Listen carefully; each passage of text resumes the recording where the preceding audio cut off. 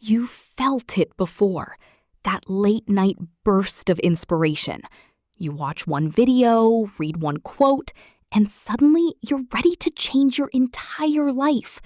You make a plan, you feel unstoppable. And then 3 days later, you're back on the couch, scrolling, wondering where that fire went. Here's the truth nobody tells you. Motivation was never designed to last. It's not a character flaw. It's not laziness. It's biology. And once you understand how it actually works, you'll stop waiting for it and start working without it. The science of motivation. Motivation feels like willpower, but it's actually chemistry. It's driven largely by dopamine, the brain's anticipation chemical. Dopamine doesn't reward you for finishing something. It rewards you for the idea of something new. That's why planning a goal feels incredible, but doing the boring, repetitive work toward it feels like nothing at all. This is why New Year's resolutions die by February.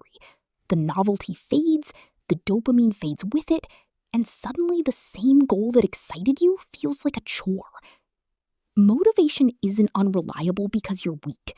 It's unreliable because it was never built to sustain long-term effort. It's a spark, not a fuel source. Why waiting for motivation keeps you stuck? Most people structure their entire lives around waiting to feel ready. They wait to feel motivated to go to the gym.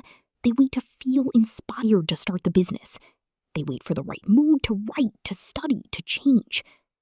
But here's the problem. Action almost never follows motivation.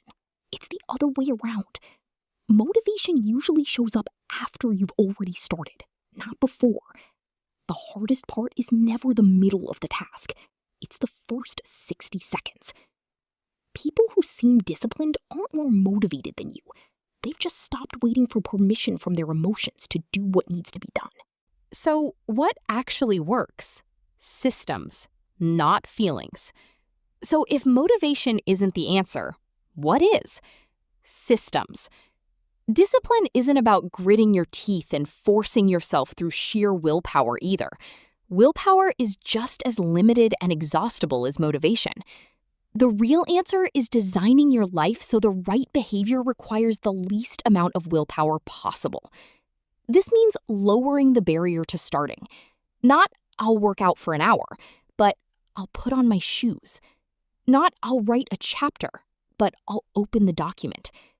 Small actions don't feel important, but they bypass the part of your brain that resists big, overwhelming tasks. Once you start, momentum does the rest, not motivation. This is why habits outperform inspiration every time. A habit doesn't ask how you feel, it just runs. There's a deeper layer here, too.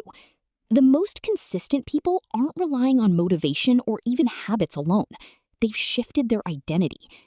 They don't think, I'm trying to become someone who exercises. They think, I am someone who exercises. Today is just another day I show up. This shift matters because identity doesn't fluctuate the way emotions do. You don't have to feel motivated to be consistent with who you already believe you are. Every action becomes a small piece of evidence, reinforcing the identity you're building, not chasing. The environment factor. There's one more piece most people overlook. Environment. Willpower struggles to compete with surroundings. If your phone is next to your bed, you'll scroll.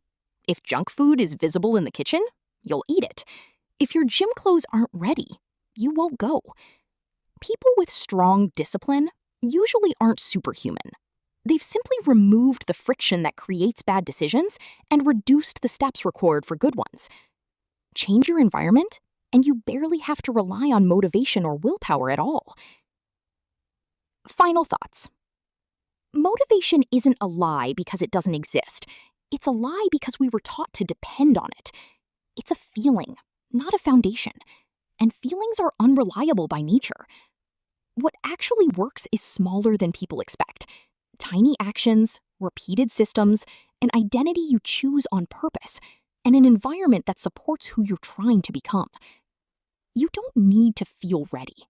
You just need to start small enough that ready becomes irrelevant.